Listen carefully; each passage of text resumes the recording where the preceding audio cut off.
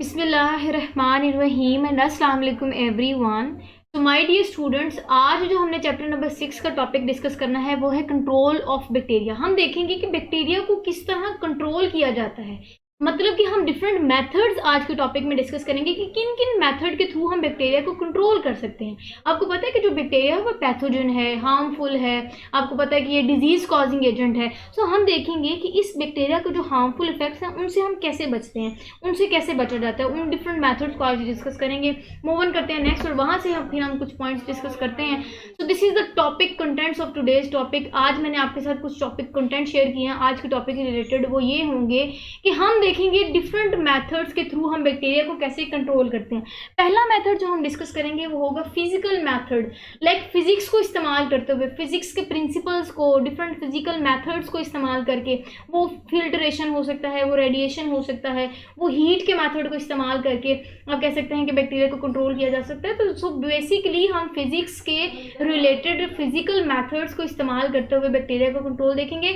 उसके साथ साथ जो नेक्स्ट पॉइंट होगा वो होगा केमिकल मेथड। हम देखेंगे कि केमिकली हम किन मेथड्स को इस्तेमाल करके बैक्टीरिया को कंट्रोल किया जा सकता है। हम देखेंगे कि एंटीसेप्टिक्स क्या होती हैं, डिसइंफेक्टेंट्स क्या होंगे, उनकी एग्जांपल, ये तमाम डिटेल जो है वो केमिकल मेथड रिलेटेड हम देखेंगे। फिर उसके साथ साथ हम नेक्स्ट पॉइंट डिस्कस करेंगे कीमोथेराप्यूटिक एजेंट्स के, कैसे हम डिफरेंट कीमोथेराप्यूटिक एजेंट का मतलब होता है कि कैसे हम ट्रीटमेंट करके जो है वो मेडिसिन के ट्रीटमेंट के बाद हम कैसे उस बीमारी से या उस बैक्टीरिया के इफेक्ट से बच सकते हैं। उसके बाद हम देखेंगे कि इनका मोड ऑफ एक्शन कैसे है, कैसे जो है वो हम किस किस चीज़ों पे हम बैक्टीरिया के अगर इफेक्ट करें तो वो जो है वो अपने हार्मफुल इफेक्ट से या उनको डेथ की वजह बन सकते हैं या हम उनके हार्मफुल इफेक्ट से बच सकते हैं। सो ये बेसिकली कुछ पॉइंट्स है जो यहाँ इंट्रोडक्शन में बताना बहुत ज़रूरी था, ताकि आपको नेक्स्ट पता हो कि हमने क्या डिस्कस करना है और आपका जो है वो इंटरेस्ट डेवलप हो। पहले आप समझिए कंट्रोल ऑफ बैक्टीरिया में क्या क्या चीज़ें आती हैं, किन किन जो है वो आप कह सकते हैं मेथड से, तो हमने ऑलरेडी डिस्कस कर दिया। हम देखेंगे कि किन किन जगहों पे हम इसको, इन मेथड्स को इस्तेमाल करें। कंट्रोल ऑफ बैक्टीरिया की बात करें तो हम बैक्टीरिया को ना सिर्फ इंडस्ट्री में कंट्रोल कर सकते हैं, बल्कि हमें चाहिए कि हम हो मतलब घरेलू लेवल पे भी हम बैक्टीरिया से बचने के जो है वो प्रिवेंटिव मेजर्स लें। वो हम देखेंगे कि कैसे हम कहेंगे कि सफाई रखें, अपने इर्द गिर्द के माहौल में जो है वो साफ सफाई रखें, ताकि हम घर लेवल पे या घरेलू लेवल पे बैक्टीरिया से बच सकें, इंडस्ट्री लेवल पे भी। उसके बाद हम देखेंगे कि मेडिकल फील्ड में कैसे हम जो है वो बैक्टीरिया को कंट्रोल करते हैं। ये तो थोड़ा सा इंट्रोडक्शन, नेक्स्ट मेथड्स में जो है वो मैं आपको इनकी डिटेल भी बताऊंगी। नेक्स्ट वो कह रहे हैं कि हमें चाहिए कि हम इन जो बैक्टीरिया, आपको पता है माइक्रो ऑर्गेनिजम्स हैं, कि हम इन माइक्रो ऑर्गेनिज्म से बचें।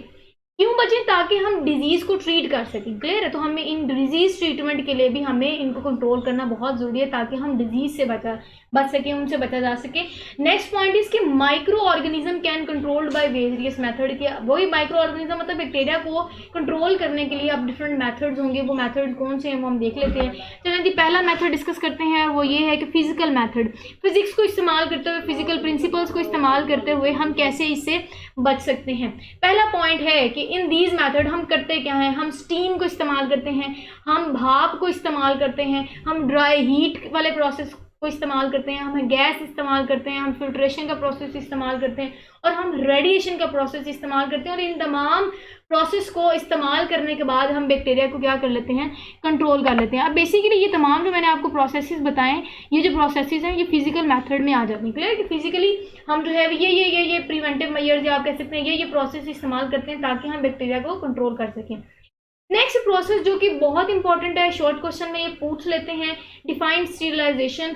इतना इंपॉर्टेंट टॉपिक है, ये आपसे शॉर्ट क्वेश्चन में पूछ सकते हैं। मैंने यहाँ क्वेश्चन भी मेंशन कर दिया और आपको नोट्स भी प्रोवाइड कर दिए। ये लॉन्ग क्वेश्चन में कंट्रोल ऑफ बैक्टीरिया वाला पूरा लॉन्ग भी आ जाता है, और ना लॉन्ग आए तो ये शॉर्ट तो बहुत इंपॉर्टेंट है, मोस्टली पेपर में आ जाता है। चलें जी, इसके बाद अब हम देख रहे हैं कि स्टीरिलाइजेशन क्या होती है। अब अगर हम बात करें, आपने देखा होगा, आपने एक लफ्ज़ समझा होगा, स्टीराइल करें, अपने डिफरेंट इंस्ट्रूमेंट्स को स्टीराइल करें ताकि हम बैक्टीरिया से बच सकें, बैक्टीरिया के साथ साथ हम डिफरेंट जरासीम से बच सकें। तो जो स्टीराइलाइजेशन वाला प्रोसेस है ये बहुत इंपॉर्टेंट प्रोसेस है। उससे हम क्या करते हैं, हम उस मेथड को इस्तेमाल करते हुए अनएबल कर देते हैं रिप्रोडक्शन को। मतलब कि हम उस प्रोसेस को स्टॉप कर देते हैं जिस प्रोसेस के थ्रू बैक्टीरिया जो है वो ग्रो करता है। तो हम उनकी रिप्रोडक्शन वाले, उनके ग्रोथ वाले, उनके जो नंबर में इंक्रीज करने वाला जो मेथड है उसको हम इफेक्ट करते हैं बाय द प्रोसेस ऑफ स्टीरिलाइजेशन। अब स्टीरिलाइजेशन जो प्रोसेस है वो प्रोसेस है क्या, उसकी डेफिनेशन देखें। कहते हैं कि द प्रोसेस ऐसा अमल इन विच वी यूज, जिसमें हम क्या करते हैं, डिफरेंट फिजिकल एजेंट्स इस्तेमाल करते हैं। अब वो फिजिकल एजेंट्स हमने ऊपर बता दिए, इन तमाम फिजिकल एजेंट्स की डिटेल हम नेक्स्ट डिस्कस भी करेंगे। कहते हैं कि इन तमाम फिजिकल एजेंट्स को हम इस्तेमाल करके बेसिकली बैक्टीरिया को कंट्रोल करते हैं या डिफरेंट माइक्रो ऑर्गेनिजम्स को कंट्रोल करते हैं। अब क्योंकि हम बैक्टीरिया वाला चैप्टर पढ़ रहे हैं तो उसमें हम स्टीरिलाइजेशन का प्रोसेस स्पेसिफिकली बैक्टीरिया को कंट्रोल करने के लिए देखते हैं। वैसे तो जरासीम कुछ होता है ये प्रोसेस जिससे हम तमाम किस्म के जरासीम से बच सकते हैं। प्रोसेस समझ आ गया। अब इस प्रोसेस में होता क्या है, इसकी डिटेल जो है वो हम नेक्स्ट भी देखेंगे। उसके साथ अब नेक्स्ट स्टीरिलाइजेशन में एक पॉइंट लिखा हुआ है, वो ये कि ये actually destruction of life forms होता है। बेसिकली ये ऐसा मेथड होता है जिससे हम उस पूरी की पूरी लाइफ को, कौन सी लाइफ को, अब आप इस लाइफ को समझेंगे, वो जरासीम की लाइफ है, ये जरासीमों की लाइफ है जो कि हमारी ह्यूमन हेल्थ पे इफेक्ट करती हैं। वो हो सकते हैं एल्गी हो सकती है, वो फंजाई हो सकती है, वो बैक्टीरिया हो सकती है। तो किसी भी लाइफ को, उनकी लाइफ फॉर्म को डिस्ट्रक्ट करना, उनमें डिस्ट्रक्शन कॉज करना, उस प्रोसेस को हम स्टीरिलाइजेशन प्रोसेस बोलते हैं। आई होप आपको फिजिकल मेथड का पहला पॉइंट समझ आ गया होगा।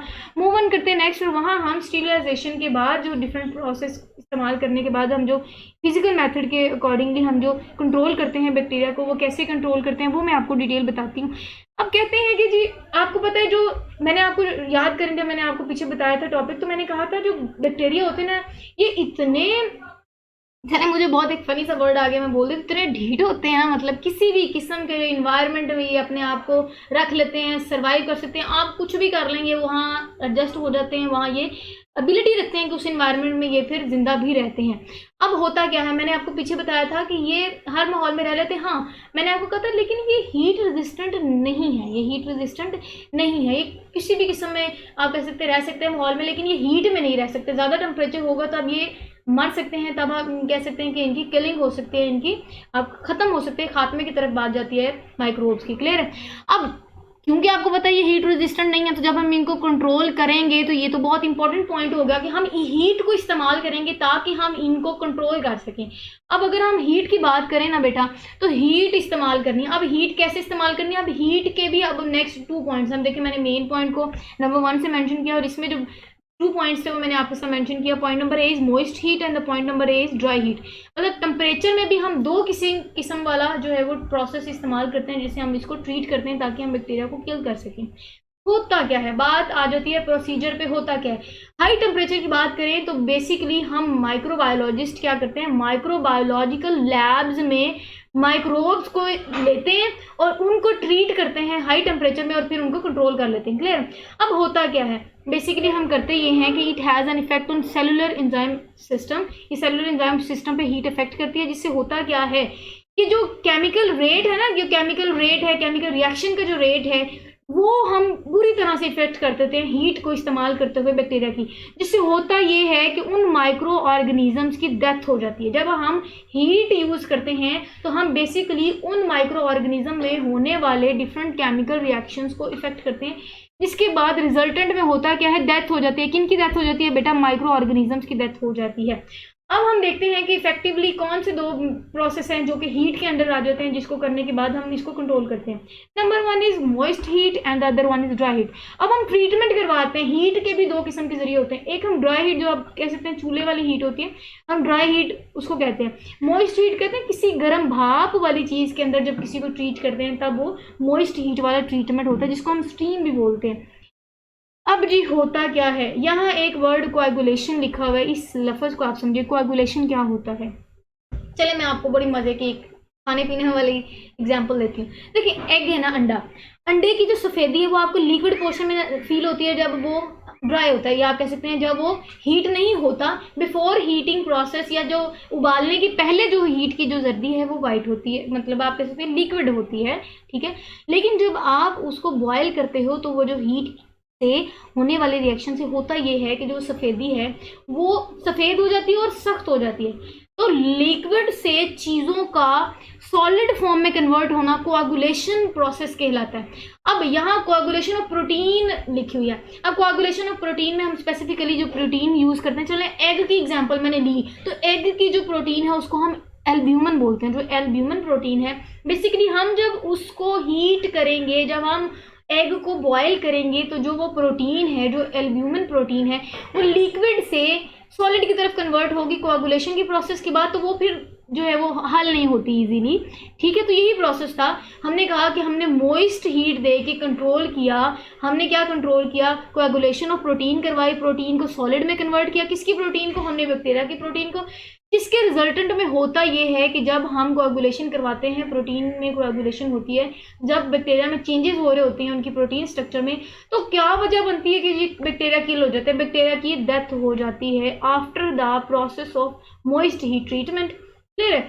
Next one is dry heat treatment. देखें, ड्राई हीट ट्रीटमेंट में बेसिकली होता ये है कि हम चीज़ों की ऑक्सीडेशन करवाते हैं। ठीक है, अब ऑक्सीडेशन वाला प्रोसेस बेसिकली होता क्या है? ऑक्सीडेशन वाला प्रोसेस जब हम किसी भी किस्म के, आप कह सकते हैं, रिएक्शन को ऑक्सीडेशन के प्रोसेस से गुजारते हैं, या आप कह सकते हैं हम जब किसी चीज़ से किसी रिएक्शन में ऑक्सीडेशन करवाते हैं, तो होता क्या है? होता यह है कि जो फायदे वाली चीज़ होती है ना, वो नुकसान में कन्वर्ट हो जाती है। फॉर एन एग्जाम्पल, यहाँ रिलेटेबल एग्जाम्पल तो नहीं है, बट मैं आपको देती हूँ ताकि आपको समझना आसान हो जाए।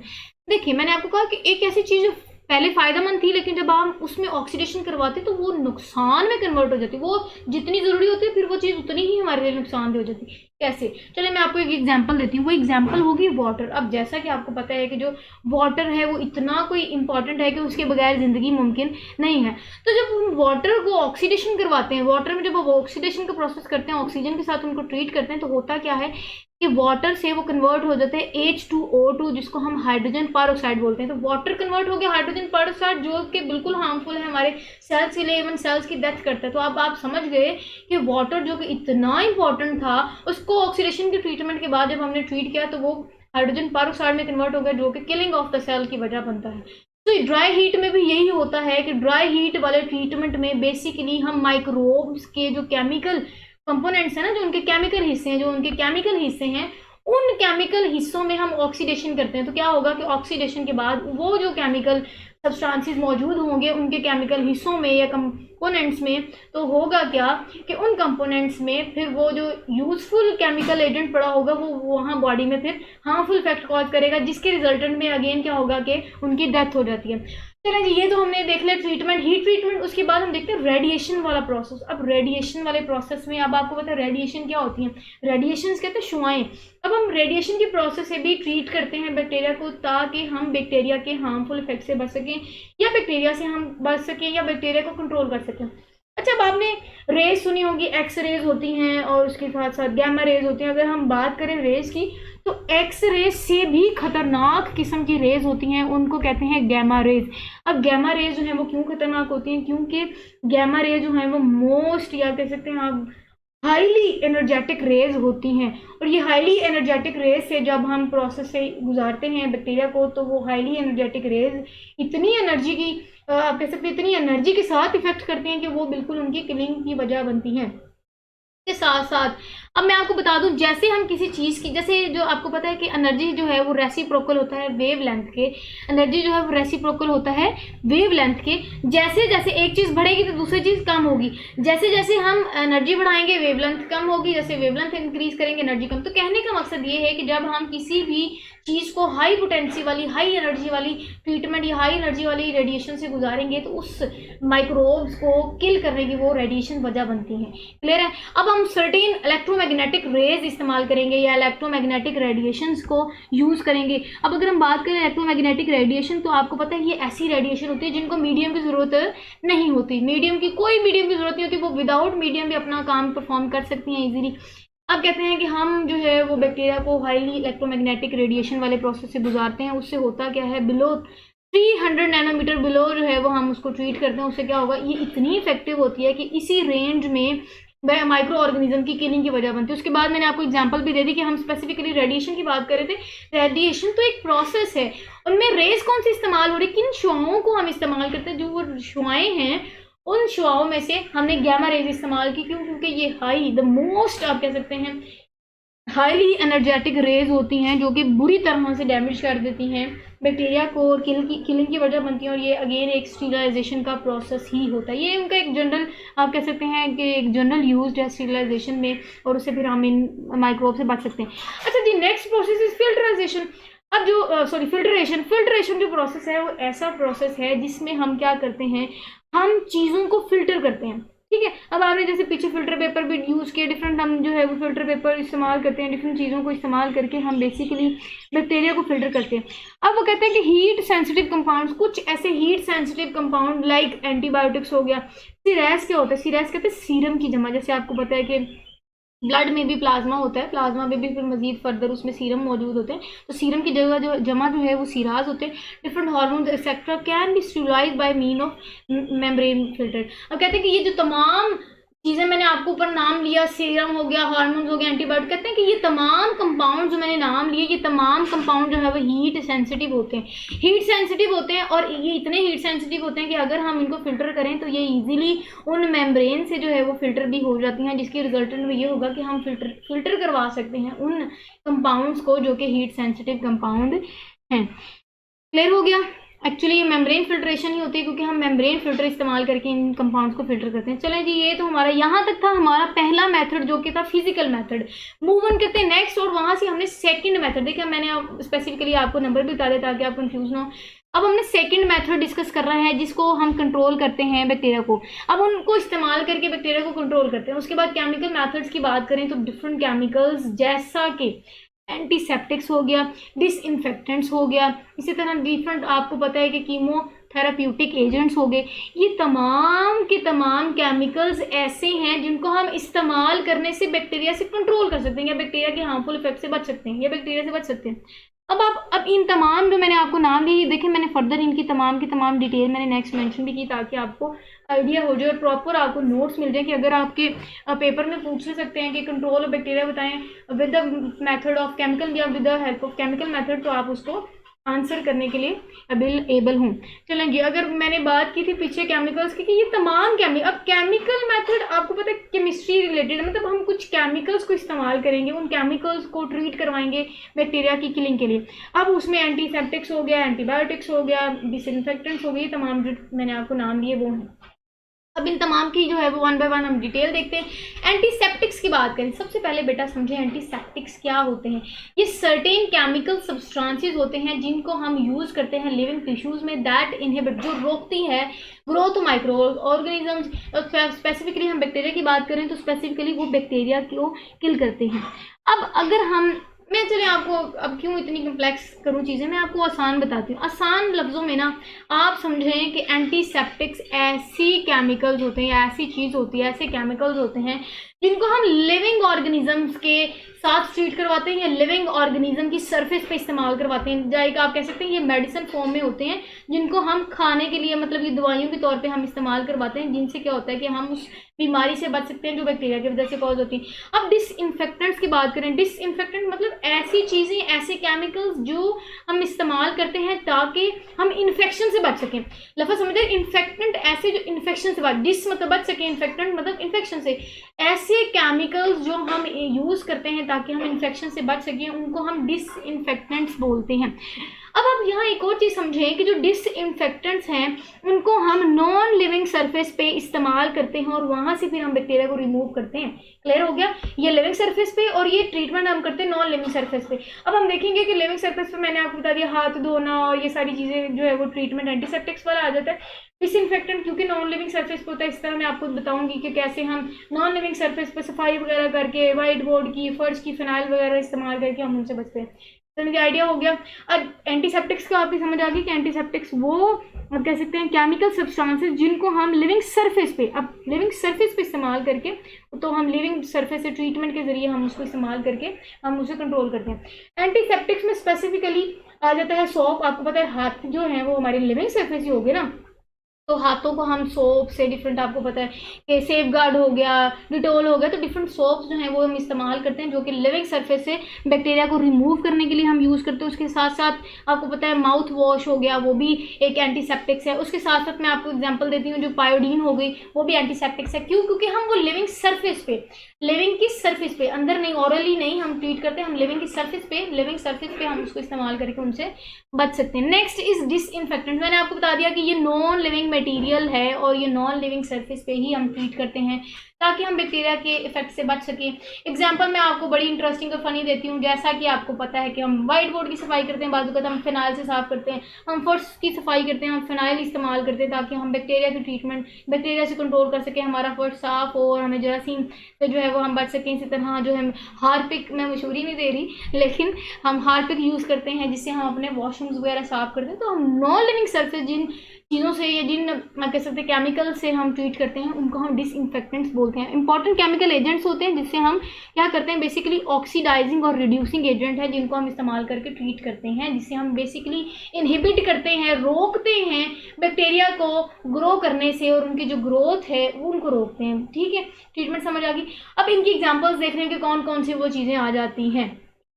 एग्जाम्पल में हेलोजन है बेटा, फिनोल्स हैं, हाइड्रोजन परऑक्साइड है, इस तरह पोटाशियम है, इस तरह पर मैग्नीट है, उसकी तरह अल्कोहल है, इस तरह फॉर्मल्डिहाइड है। तो ये डिफरेंट जो है वो एग्जाम्पल मैंने आपको दी जो कि डिसइंफेक्टेंट के तौर पे इस्तेमाल होती हैं। नेक्स्ट मूव ऑन करते हैं और वहाँ से हमने कीमोथेरेप्यूटिक एजेंट को डिस्कस करना है। कीमोथेरेप्यूटिक एजेंट, अब ये वो एजेंट है या ये वो चीज़ें हैं जिसको हम गोली की, दवाई की, सिरप की शक्ल में, एंटीबायोटिक्स की शक्ल में, या हम डिफरेंट जो है वो आप कह सकते हैं माइक्रोसाइडल होती हैं कुछ बैक्टीरिया, कुछ मेडिसिन, मतलब मेडिसिन की फॉर्म में जब हम ओरली उनको इंटेक करते हैं और हमारे स्टमक में जाके वो जब हमें ट्रीट करती हैं तो ऐसी दवाइयों को हम कीमोथेरेप्यूटिक एजेंट्स बोलते हैं। क्लियर है? ये सरफेस पे नहीं, ये इंटरनली हमारे ओरल के थ्रू, हमारे ओरली कह सकते हैं इंटेक करने के बाद जो है हमारी इंटरनली बॉडी को जो है वो वहाँ से ट्रीट करते हैं, उनको हम बोलते हैं। अच्छा जी, इन एजेंट्स में क्या क्या आ जाते हैं? एंटीबायोटिक्स मैंने आपको आसान बता दिया। अब एंटीबायोटिक्स समझें। एंटीबायोटिक पुराने वक्तों में ना, बहुत पुराने दौर में होता ये था कि पुराने लोगों में ये कंसेप्ट पाया जाता था कि जो एंटीबायोटिक्स होती है ना वो जरासीमों को मारने के लिए इस्तेमाल होती हैं। वो जो किसी किस्म के भी जरासीम हो सकते हैं, वो किसी भी जरासीम का जो इफेक्ट है वो फंजाई हो सकता है, वो एलजी का इफेक्ट हो सकता है, किसी भी किस्म का जो इफेक्ट है उसको कंट्रोल करने के लिए हम इस्तेमाल करते हैं। लेकिन with the passage of time जैसे जैसे एडवांसमेंट आती रही तो हमने एंटीबायोटिक्स को स्पेसिफिकली ये कह दिया कि एंटीबायोटिक्स जो है वो बैक्टीरिया, बैक्टीरिया माइंड में आ रहा है ना, हिंट ले लें तो ये बैक्टीरिया को ट्रीटमेंट करने के लिए जो दवाई हम इस्तेमाल करते हैं उनको हम एंटीबायोटिक्स बोलते हैं। और ये जो एंटीबायोटिक्स होते हैं ये नेचुरल डिफेंस है जिससे हम उसको ट्रीट करवा रहे होते हैं ताकि हम बैक्टीरिया की ग्रोथ को रोक सकें और माइक्रोब्स की ग्रोथ को रोक सकें। अब डिफरेंट एग्जांपल्स हैं, आपको पता है डिफरेंट मेडिसिन आप यहाँ मेंशन है, यहाँ मशहूरी दे रहे हैं, वो पेंसिलिन हो गया, ठीक है, और यहाँ डिफरेंट सल्फोनामाइड्स हो गए, ये डिफरेंट आप देख सकते हैं एग्जांपल्स हैं जो कि एंटीबायोटिक्स की एग्जांपल हैं जिसको यूज़ करते हैं हम for the treatment of bacterial growth. ठीक है, नेक्स्ट वो कहते हैं कि अब ये जो दवाइयाँ हमने इस्तेमाल कर ली हैं, दवाइयाँ एक्चुअली होती करती क्या हैं, ये डिस्ट्रॉय कर देती हैं, ख़त्म कर देती हैं या फिर रोक देती हैं। क्या रोक देती हैं? ग्रोथ को रोक देती हैं लिविंग टिश्यूज़ में। क्यों? क्योंकि हम इसको इंटेक कर रहे होते हैं तो हमारी लिविंग टिश्यूज़ में जाके ये उसको या उनके इफेक्ट्स को या कह सकते हैं उनको रोकती है। अब बेसिकली अगर हम बात करें, मैंने डिफरेंट आपको जैसे एग्जांपल दी, अब सल्फोनामाइड की बात करें तो जो सल्फोनामाइड है ये ये जो है ना, ये माइक्रो आप कह सकते हैं स्टैटिक्स होती है, माइक्रोबायो स्टैटिक्स होते हैं। अब ये जो माइक्रोबायो स्टैटिक्स होते हैं ये क्या होती हैं? ये ऐसी मेडिसिन होती हैं जो कि ग्रोथ या आप कह सकते हैं रिप्रोडक्शन को इनहिबिट करती हैं। और होता ये है कि ये जो मैं इस किस्म की आपको मेडिसिन बताई, इस मेडिसिन की मैं डिटेल बता रही हूँ कि ये मेडिसिन जो है ये क्या करती है, ये करती ये है कि ये बैक्टीरिया की डेवलपमेंट को रोकती है। आज ये बैक्टीरिया को किल, ये नहीं होता ये कोई तलवारें पकड़ के हमारी बॉडी में अंदर एंटर हो जाती हैं तो किल कर देती हैं, ऐसा नहीं है। हमारा नेचुरल जो है वो इम्यूनिटी सिस्टम, इम्यून सिस्टम भी इस चीज़ को कंट्रोल कर रहा था। लेकिन होता ये, चले मैं आपको एक और मज़े की एग्जांपल देती हूँ जिससे आपको समझना आसान होगा कि हो क्या होता है, हमारी बॉडी कैसे जंग लड़ रही होती है बैक्टीरिया से। बेसिकली हमने हाथ नहीं धोया, हमने फ्रूट का बात बहुत लंबी हो जानी, लेक्चर लंबा हो जानी, लेकिन मेरी कोशिश होगी कि मैं इसको समराइज करूँ। देखिए, हाथ धोए बगैर अगर हम कोई चीज़ खाते हैं तो हम बैक्टीरिया को एक्चुअली इनटेक कर रहे होते हैं हमारी बॉडी में। अब हमारी बॉडी में जब बैक्टीरिया एंटर होगा तो होगा क्या कि हमारा डिफेंस सिस्टम जो है वो अलर्ट होगा। जब हमारा डिफेंस सिस्टम अलर्ट होगा तो हमारा जो इम्यून सिस्टम है वो फाइट करने के लिए रेडी हो जाएगा। अब वहाँ से बैक्टीरिया आ रहे हैं, यहाँ से हमारे जो है वो इम्यून सिस्टम फाइट कर रहे हैं आपस में, तो होगा क्या, किल कर देंगे उनको ताकि हम उनके इफेक्ट्स को कंट्रोल कर दें। तो हम होता ये कि हम जब कोई मेडिसिन इस्तेमाल कर रहे होते हैं ना तो बेसिकली हम करते ये हैं कि हम उनकी ग्रोथ को रोकते हैं। हम बैक्टीरिया को, ये मेडिसिन जो है वो बैक्टीरिया को मारते नहीं है, बैक्टीरिया को ग्रोथ को रोकते हैं, पर जितने हैं उतना ही बहुत है। बैक्टीरिया की एबिलिटी होती है कि वो जल्दी डिवाइड करती है, तो हम उनकी ग्रोथ को रोकते हैं ताकि ये ना ज़्यादा मनहूस ना ये मनहूस ज़्यादा बढ़ें और ना हमारी बॉडी में इफेक्ट करें, ना हमें डिजीज़ हो, तो हम उनकी नंबर को कांस्टेंट रखते हैं। जब हम उन नंबर को कांस्टेंट रखते हैं तो अल्हम्दुलिल्लाह हमारा जो इम्यून सिस्टम है वो कांस्टेंट नंबर ऑफ बैक्टीरिया को तो लड़ने के लिए वो एबिलिटी रखता है, वो लड़ लेते हैं। क्लियर है? लेकिन फॉर एन एग्जाम्पल के ग्रोथ हो ही जा रही तो वो फिर हमारा इम्यून सिस्टम को वीक करेगी, जिससे हमारी उस डिजीज़ का इफेक्ट होगा, जिसके बाद हम फिर एंटीबायोटिक्स इस्तेमाल करते हैं। अच्छा, उसके बरक्स ये जो है टेट्रासाइलिन और ये सारी जो है वो मेडिसिन है, ये पेनिसिलिन हो गया, ये जो तमाम मेडिसिन है इनको हम माइक्रोसाइडल मेडिसिन बोलते हैं। ये माइक्रोसाइडल मेडिसिन है होती हैं और ये क्या करती हैं, ये उनको फ़ौरन इमीडिएटली किल कर देती हैं। तो ये जो मेडिसिन है ये किल करती हैं और ये जो मेडिसिन है ये जाके उनकी ग्रोथ को रोकती है और उनके नंबर को कांस्टेंट रखती है, जिसके बाद हमारा इम्यूनिटी जो है वो हरकत में आती है और फिर उनको किल करती है। ओ माय गॉड, बहुत ही कोई मुश्किल टॉपिक था। एनीवेज मुश्किल नहीं था, बहुत ही कम्प्लेक्स सा टॉपिक था, क्योंकि डिफरेंट मेथड्स हैं और ये मेथड्स आपस में मिलजुल ना जाएं, इसलिए आप नोट्स जो हैं वो बनाएं। चलें जी, लास्टली हम एक पॉइंट डिस्कस करते हैं, फिर फाइनली आज का हमारा टॉपिक खत्म हुआ, वो है मोड ऑफ एक्शन। कि एक्शन का मोड क्या है, हम क्या करते हैं, हम बेसिकली करते हैं कि mode of action of different chemicals, हम डिफरेंट केमिकल्स और फिजिकल एजेंट, जैसे हमने पीछे हीट और स्टीरिलाइजेशन वाला प्रोसेस और रेडिएशन और फिल्ट्रेशन, ये तमाम जो प्रोसेस थे वो तो फिल्टर फिजिकल एजेंट्स थे ना। अच्छा जी, केमिकली भी हमने देख लिया कि कैसे हमने डिफरेंट जो है वो केमिकल मेथड, एंटीसेप्टिक्स, डिसइंफेक्टेंट्स वगैरह वगैरह उनको इस्तेमाल करके हम जो है वो उनके मोड ऑफ एक्शन को ही हम ख़त्म कर देते हैं, उनको हम रिप्रोड्यूस नहीं होने देते, उनको ग्रो नहीं करते, ताकि हम इस इफेक्ट से बच सकें, या फिर हम बेसिकली कंट्रोल बैक्टीरिया पढ़ें तो बैक्टीरिया को कंट्रोल कर सकें। उसके बाद है कि हम करते क्या है कि हम डैमेज करते हैं। मैंने आपको जब सेल मेम्ब्रेन वाला टॉपिक बताया था, हमने कहा था बैक्टीरिया की सेल मेम्ब्रेन इतनी थिन होती है कि ज़रा सा भी डैमेज आए तो वो पूरी की पूरी बैक्टीरिया को किल कर सकती है। तो हम क्या करते हैं, हमारी कोशिश ये होती है कि हम उनके इन सेंसिटिव एरियाज़ को पे इफेक्ट करें ताकि उनकी किलिंग की वजह बने। सेल वॉल हो गया, सेल मेम्ब्रेन हो गया, साइटोप्लाज्म हो गया, एंजाइम्स हो गया, न्यूक्लिक एसिड हो गया, ये कह सकते हैं आप ये बैक्टीरिया के बहुत बहुत बहुत ज़रूरी हथियार होते हैं। ये जो चीज हथियार है ना, यही बैक्टीरिया को स्ट्रॉन्ग करने में हेल्प करती है, ये बैक्टीरिया को ढीठ बनाते हैं। बैक्टीरिया, फिर वो वर्ड याद आ गया तो मैंने बोल दिया, ये बैक्टीरिया को ढीठ बनाते हैं। ये कहते हैं कि बस हर एनवायरनमेंट में वो ये जो है ना वो सर्वाइव करने में हेल्प करते हैं। लेकिन फिर हमारी कोशिश होती है, हम भी बहुत तेज़, अगर वो बैक्टीरिया तो फिर हम भी जो है वो इंसान है, अशरफुल मखलूक़ात हैं, तमाम मखलूक़ात के जो है वो अफजल है अल्हम्दुलिल्लाह। तो हम क्या करते हैं, हम फिर उनकी कमजोरियां ढूंढते हैं, उनके फिर उन सेंसिटिव एरियाज पे इफेक्ट करते हैं, ताकि भाई तुम लोगों का काम ही खत्म हो जाए और मुसीबत से जान छूटे और हम इन जो है वो बैक्टीरिया की या बैक्टीरियल डिजीज से बच सकें, या फिर हम इन बैक्टीरिया की हार्मफुल इफेक्ट से बच सकें, या हम कंट्रोल कर सकें बैक्टीरिया के हार्मफुल इफेक्ट को। So this is all about our today's lecture video. Already बहुत लंबी होगी, कुछ और मजीद कहने की जरूरत नहीं है। अगर आपको इस टॉपिक रिलेटेड कुछ क्वेश्चन पूछने हो आप कमेंट सेक्शन में पूछ सकते हैं। So this is all about today's lecture video. Okay then, stay connected and अल्लाह हाफिज।